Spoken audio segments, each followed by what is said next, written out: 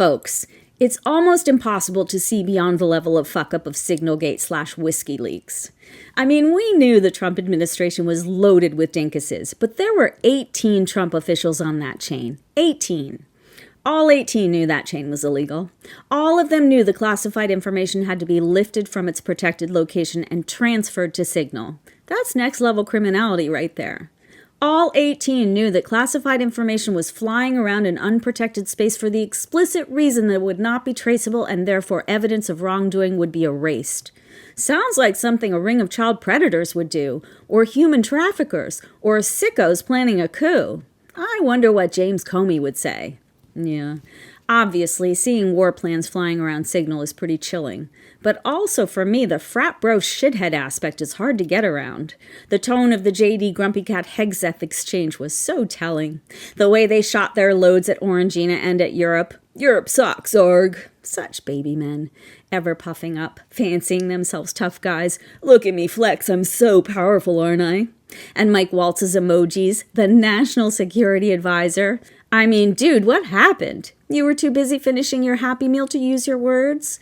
The scary part is these dinkuses live in that shitty world where assholery wins the race. They've had shitty role models. They'll never fix their sociopathy. These are losers through and through. Little boys in big suits playing war games. And wouldn't you know it, the whole right-wing world has joined arms for the collective shrug. They're so unified, aren't they?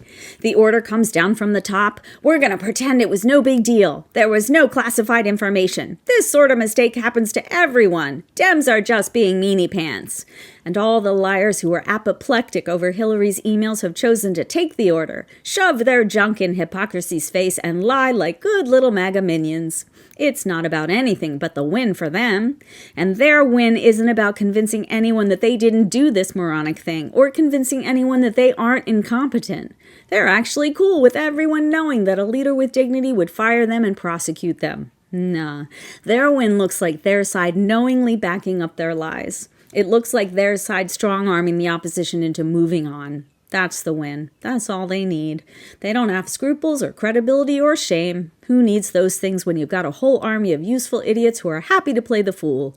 Why worry about doing right when your entire brand is built on ramming wrongdoing up everyone's ass with the help of an electorate that thinks doing right is for wussies? Wouldn't it be great if we could call in a kindergarten teacher to explain to the baby men and baby women that you can't say the information wasn't classified and at the same time it was too sensitive to be released?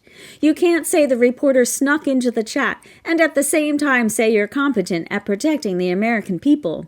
You can't say but her emails and text war plans on Signal. You can't say the president is the leader of the free world and say that he learned about this for the first time from a reporter. You can't slice and dice the lives of the American people, torch the entire system, and effectively run around smearing your feces all over your duties like toddlers whose mommies forgot to wipe your asses and expect anyone to see you as anything more than shit-stained babies. Well, all of you schneedles who are texting war plans on Signal, have the day you deserve.